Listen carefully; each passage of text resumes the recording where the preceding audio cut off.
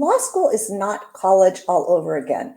Basically, in law school, you are given a case book and it has all these cases, and you're supposed to find out the rules of law. So basically, let's just say it's like the class is torts, which is civil cases. So there's going to be, you want to know what a tort is? They're not going to tell you what a tort is, the professor.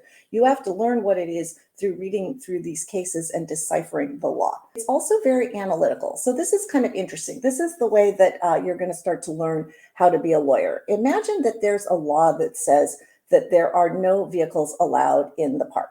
So this ordinance, it seems very, matter of fact, straightforward. But basically, does that include bicycles? Does that include wheelchairs? So as a lawyer and during law school, you're going to have to make an argument for both sides. So if you can make an argument for both sides, you're on your way to understanding how to analyze and what the law school is really all about.